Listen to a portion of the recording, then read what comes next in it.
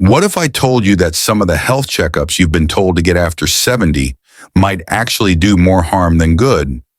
You've done everything right, followed your doctor's advice, scheduled your screenings, and tried to stay one step ahead. But somehow, instead of peace of mind, you're left with more confusion and stress, and sometimes procedures you never even needed. If you're a woman over 70, this message is for you.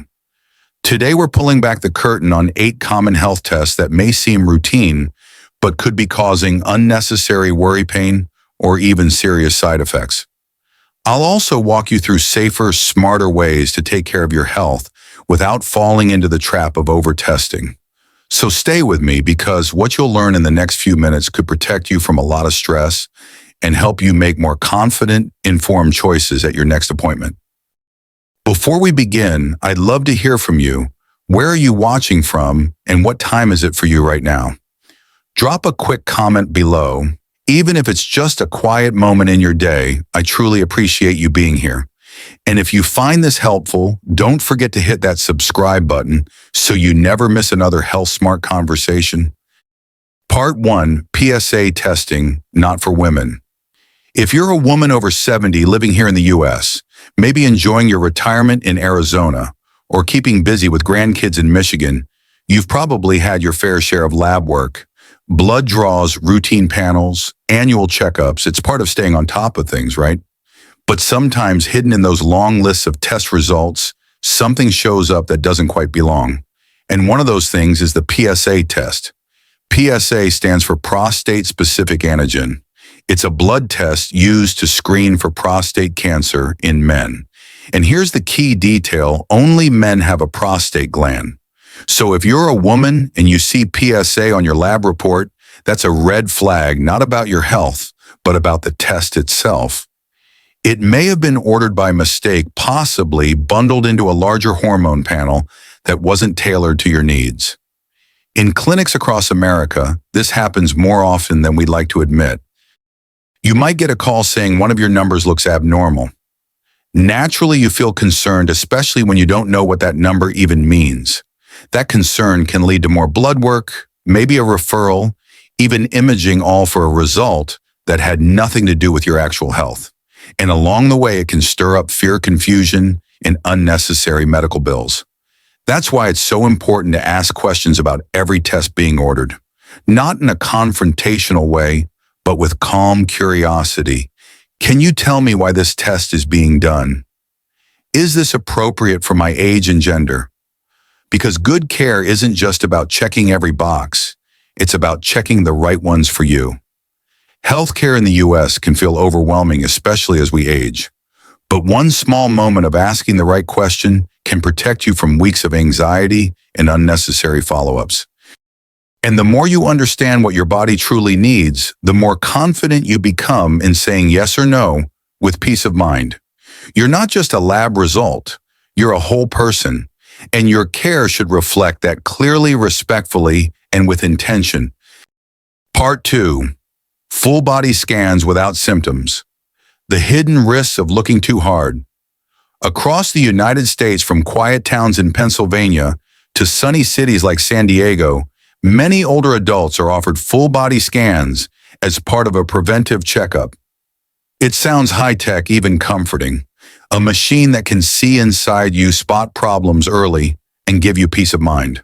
After all, who wouldn't want to catch something before it becomes serious? But here's what's often left out of the conversation: when there are no symptoms, full-body scans can actually do more harm than good. CT and MRI scans are incredibly sensitive.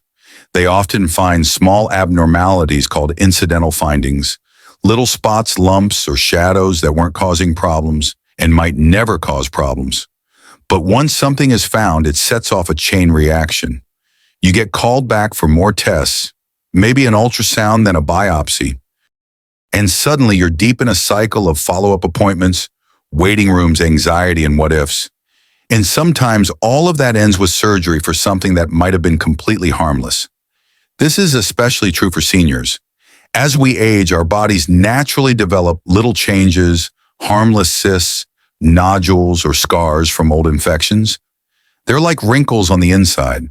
But to a radiologist who doesn't know your full story, they might look suspicious. And in a healthcare system like ours, where caution often turns into overreaction, one small shadow can spiral into months of unnecessary worry. There's another layer of risk too, especially with CT scans, which involve radiation. One or two scans may not be a problem, but repeated exposure adds up over time. And the older we are, the more sensitive our tissues become to those effects. Now, this doesn't mean imaging is bad. Scans can save lives when they're done for the right reasons. If you're having pain that won't go away, unexplained weight loss, or a family history of certain diseases, targeted scans make sense. But scanning your entire body just to make sure when you feel perfectly fine, that's not peace of mind. That's rolling the dice on unnecessary stress and risk. So next time a test is offered, take a breath and ask, is this truly necessary for me right now? You deserve thoughtful, personalized care, not a one-size-fits-all checklist. Because real prevention isn't about finding more. It's about knowing what's worth finding in the first place. Part 3. DEXA scans too frequently. The hidden risk of overdiagnosis. In many parts of America, from small towns in Wisconsin to the retirement communities of Florida, women over 70 are told to keep a close eye on their bones. It makes sense. After all, no one wants to face a hip fracture or lose their independence over a fall. And for years, DEXA scans, those bone density tests, have helped detect early signs of osteoporosis. But here's what often gets overlooked. Too much scanning can sometimes lead to too much treatment. Bone loss after menopause is natural. Estrogen levels drop and bones slowly become thinner. A DEXA scan measures how strong your bones are comparing them to a normal range. But after 70, if you've had stable scans, no new fractures, and haven't started any medications that affect your bones, you likely don't need this test every single year. In fact, most guidelines suggest once every 2 years, or even longer depending on your risk.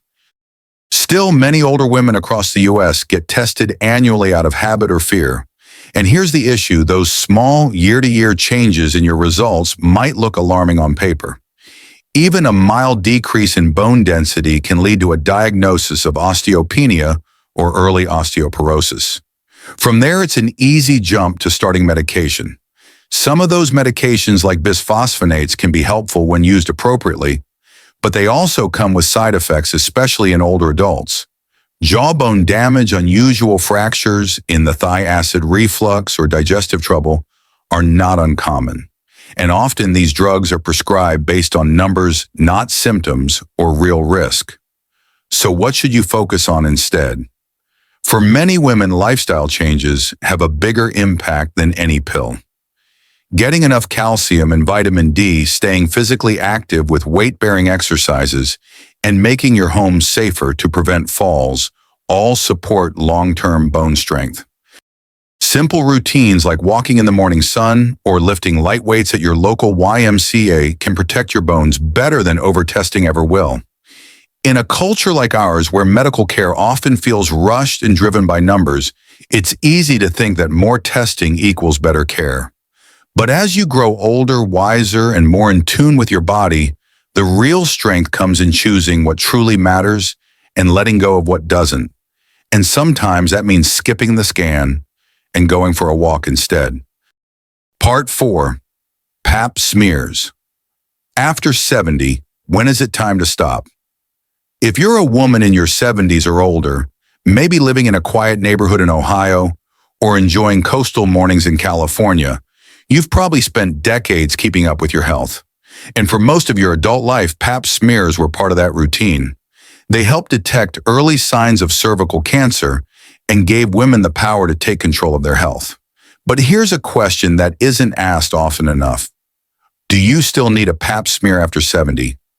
The answer for many women in the U.S. is no, especially if your test history has been normal and you've never tested positive for HPV.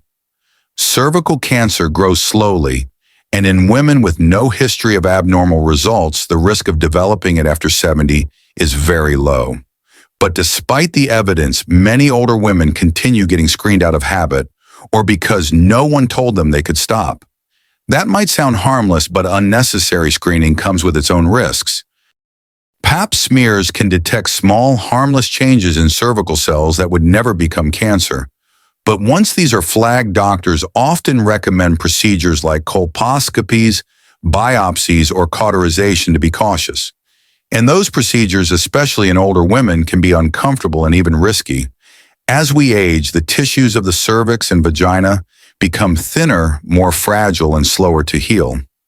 What might have been a quick recovery at 45 can now lead to pain, bleeding, or even infection.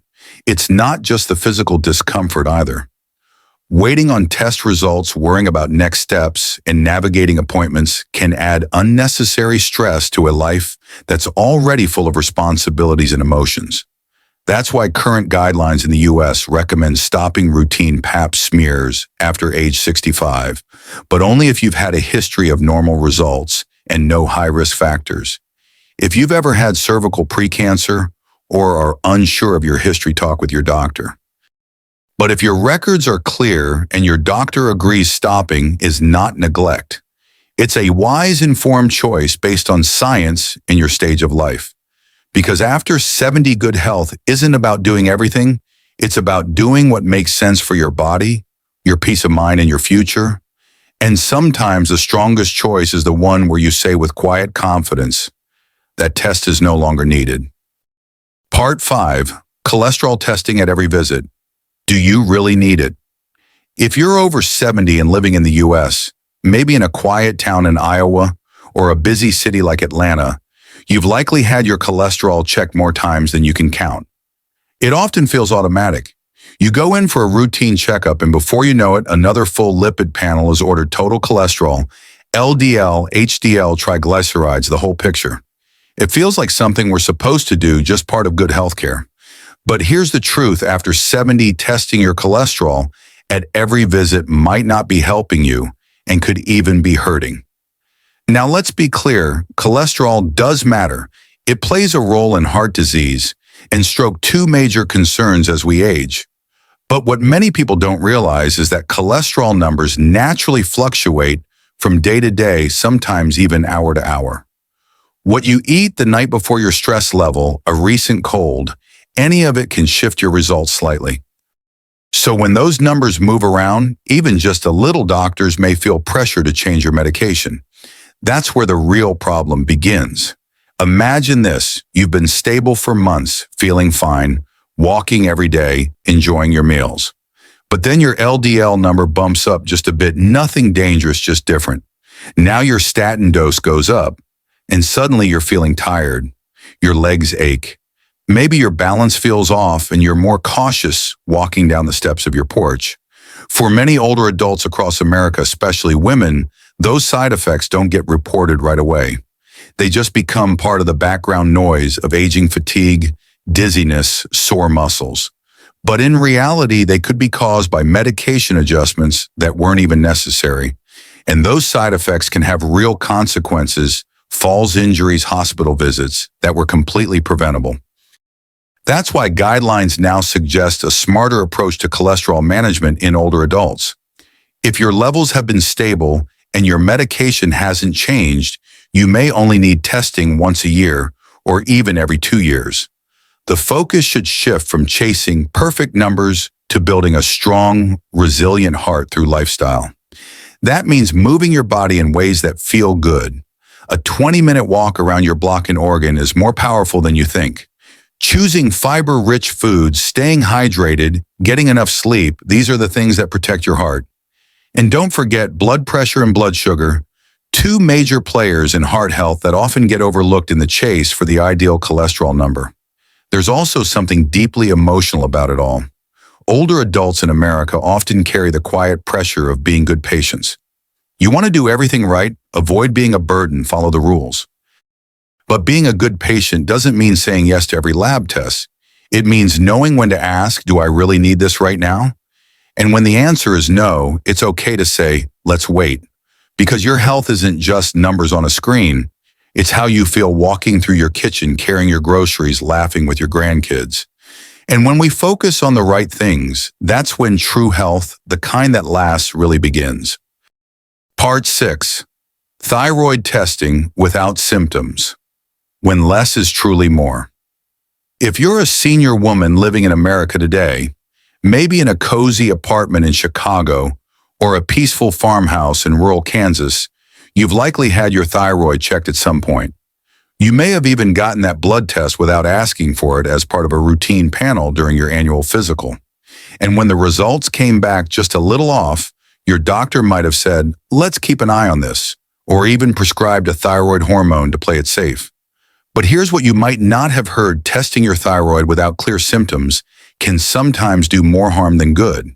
The thyroid is a small gland at the base of your neck, and it plays a big role in regulating metabolism, energy, and temperature. As we age, it's true that thyroid problems become more common, especially in women over 65. But what's also true is that mild changes in thyroid hormone levels are extremely common in older adults, and they're often harmless. In fact, many people feel perfectly fine even if their lab numbers are slightly outside the normal range. That's where the trouble begins. You might be told you have subclinical hypothyroidism, a medical term that sounds serious, but usually means your numbers are a little low and you have no symptoms. Now your doctor suggests a daily pill, levothyroxine, a synthetic thyroid hormone, to correct the numbers. And suddenly, without really needing it, you're on long-term medication. But unlike vitamins or supplements, thyroid hormones are powerful and need to be precisely balanced. Too much thyroid hormone can speed up your heart rate, making you feel anxious or jittery. It can keep you awake at night or make your hands tremble slightly. And over time, it can cause bone loss, increasing your risk of fractures, especially in women already facing osteoporosis. Worse still, in some older adults, too much thyroid hormone can lead to atrial fibrillation, a type of irregular heartbeat that increases the risk of stroke.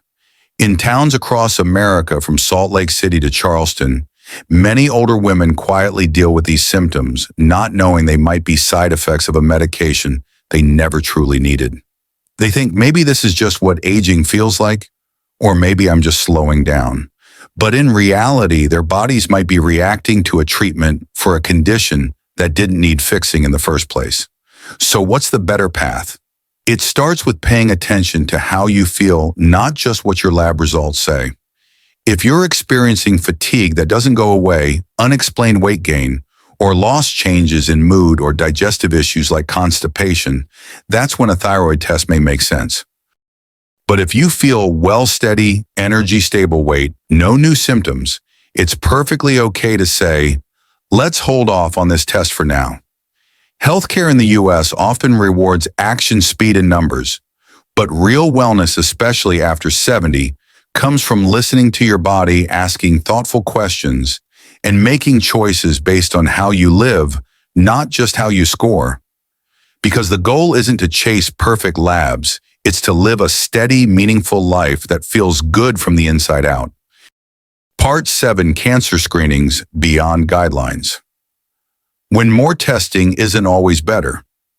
In neighborhoods across America, from the small towns of Montana to the coastlines of North Carolina, many older women still keep up with every screening on the calendar. Mammograms, colonoscopies, even low-dose lung CTs year after year. It's a habit built over decades.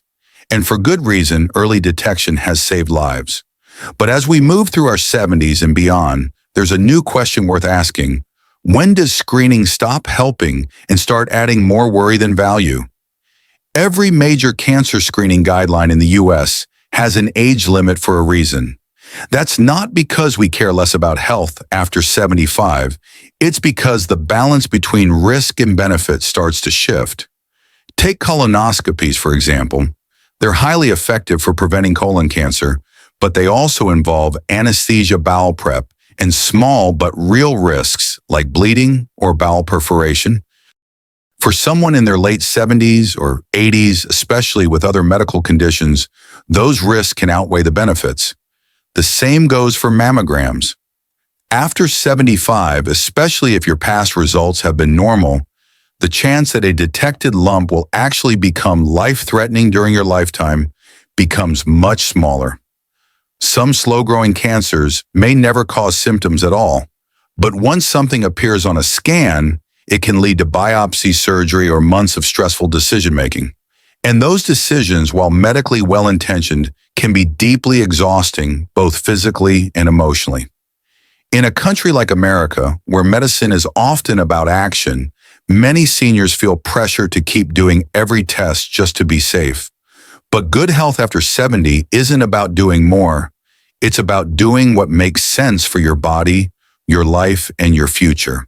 And that means looking at the whole picture, your current health, your energy levels, your goals for the years ahead. Doctors now talk about personalized screening, which considers your age, medical history, and how well you might handle treatment if something were found.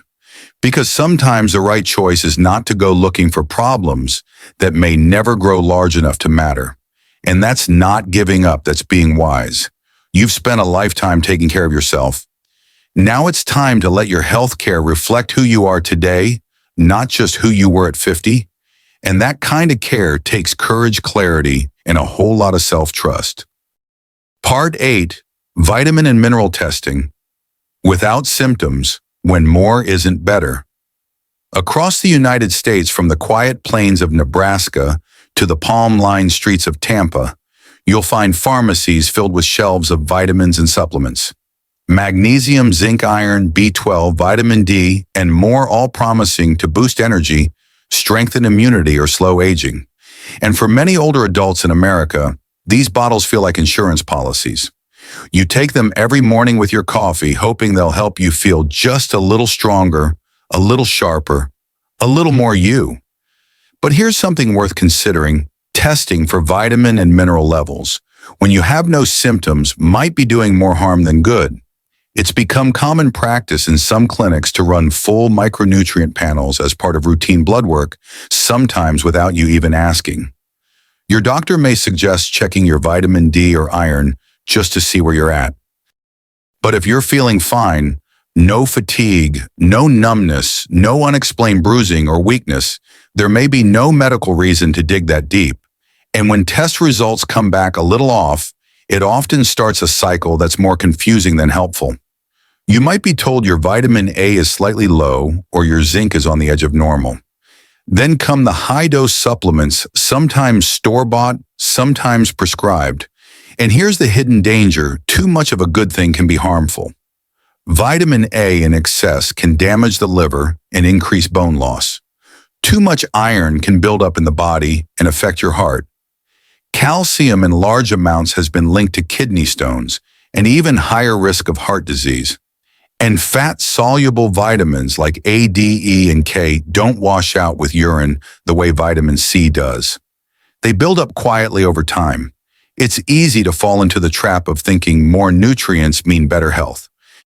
Especially in a country like America, where productivity and performance are so deeply valued even into older age. You might think, if I'm tired in the afternoon, maybe I need more magnesium. Or if my memory slips, maybe I'm low in B12. But those symptoms could come from many causes: sleep medications, hydration, emotional stress, not just nutrient deficiencies. That's why doctors recommend testing only when symptoms suggest something specific. If you're unusually tired, if you feel pins and needles in your hands, or if you notice unexpected bruising or changes in balance, then yes, testing makes sense. And if you choose to take supplements preventively, consider a basic multivitamin with low doses, and always check with your doctor or pharmacist, because they'll know how it interacts with your current medications and whether your body even needs the boost. In many parts of the U.S., older adults feel a quiet pressure to keep themselves in perfect working order, to keep up, to stay sharp, to not be a burden. And while that motivation comes from a good place, it can sometimes lead us to overcorrect with pills, with tests, with worry. But true wellness at this stage of life isn't about chasing every number. It's about balance. It's about supporting your body without overwhelming it. And it's about making thoughtful, gentle choices rooted not in fear, but in trust. Because your health isn't measured by how many supplements you take. It's measured by how you feel when you wake up, how steady your steps are, how much joy you feel day to day. And sometimes the healthiest thing you can do is let your body be. I hope today's video gave you something to think about, maybe a new perspective, or simply the reassurance that it's okay to slow down and ask questions. Remember, the goal isn't to do more tests just because we can, but to focus on what truly helps us live well, feel well, and stay independent. Of course, if you're experiencing specific symptoms or have ongoing health concerns, it's always important to talk directly with your doctor. These tips are shared for general awareness. If you're facing any health challenges, be sure to check with your doctor before trying anything new. Now I'd love to hear from you. What stood out to you in today's video? What part felt personal or helpful? Feel free to share your thoughts or simply drop the word hope in the comments if you're walking away with something positive today. And if this video felt useful, please hit the subscribe button, turn on the notification bell, and share this with a friend or loved one who might need it too. Take care of yourself, be kind to your body, and remember you're still writing the most meaningful chapters of your story, one gentle, wise step at a time.